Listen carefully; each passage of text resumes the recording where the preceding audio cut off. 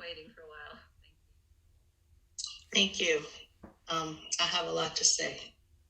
I appreciate the primer on PED refinancing and TIGs and tax increment financing. That's definitely not my area of expertise. However, my area of expertise is equitable development and community engagement and urban planning. And I believe the reason why the community is asking for a community benefits agreement in lieu of this equity fund is because of what we're talking about right now. All of the legal haranguing involved with getting the city to, and county, I believe the county is also part of it. The process of getting them all to agree on something doesn't guarantee the community is going to be included in what the benefits are that they get. So I think that's why we've gotten all of these emails and we heard people speak about a community benefits agreement instead of what's being proposed. So I understand what Bonner was saying about not having an entity to engage with. It seems like there is an entity to engage with now.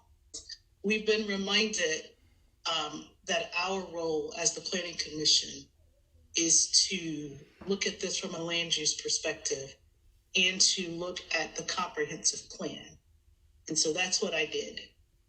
And we are supposed to make sure the rezoning request is consistent with the themes and the policies of the comprehensive plan. And we're also supposed to make sure that it's reasonable and in the public interest. So first, if I could just look at the themes of the comprehensive plan, there's 6.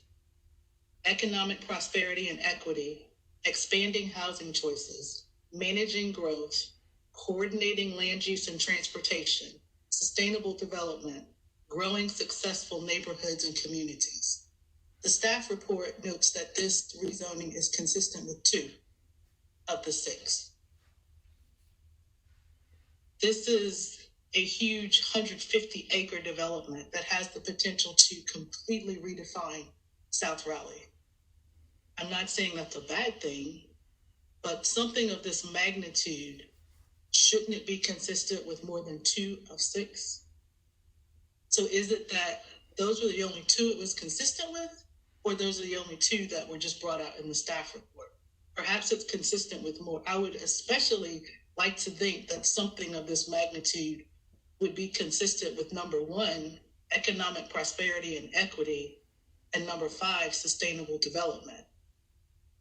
So that's my comment. If we're looking at the themes of the comprehensive plan, and then if we're looking at the public interest, I don't know how we look to see if something is reasonable and in the public interest if we don't consider the public. If we don't look at the community, we have to look at the community around the proposed rezoning. I'm not convinced that that's been done yet. I read the staff report numerous times. I attended the neighborhood meeting that the development team put on, and I rewatched it. I've talked to the applicant. I've talked to many people in the community. We saw in our presentation today a very thorough presentation about what we might be able to expect. We saw lots of pretty maps. On not one of those maps did I see a name of a community. I saw Shaw. I saw other landmarks. I didn't see Biltmore Hills. I didn't see Rochester Heights. I didn't see Carolee.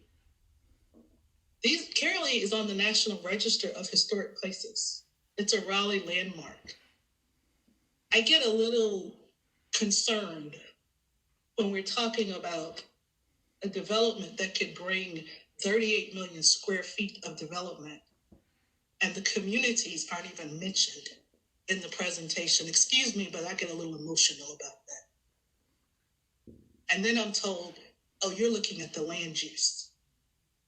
Well, as a planner who's been planning for 25 years, I understand that the land use affects the people that live on the land.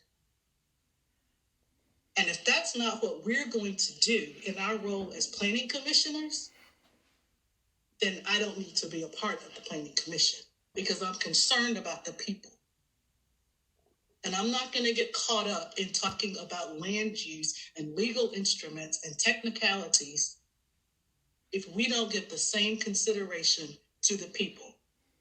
This could be a fantastic development, but I want to make sure, and I need to feel comfortable when I make a vote, that the benefits and the burdens are not going to be out of whack. What I mean by that is I need to be comfortable that the people living there now are not going to bear the impacts and all the negative consequences of this development, while all the benefits are borne by people who don't even go there now. It needs to be an equitable distribution of impacts and benefits. However that's achieved, that's not for me to determine. But I need to know, I need to be comfortable that we're considering the people, because we are tasked with considering the public interest. And for me, that's people. I also wouldn't mind having these things in the comprehensive plan addressed, because only 2 of the 6 have been pulled out as being consistent. Thank you.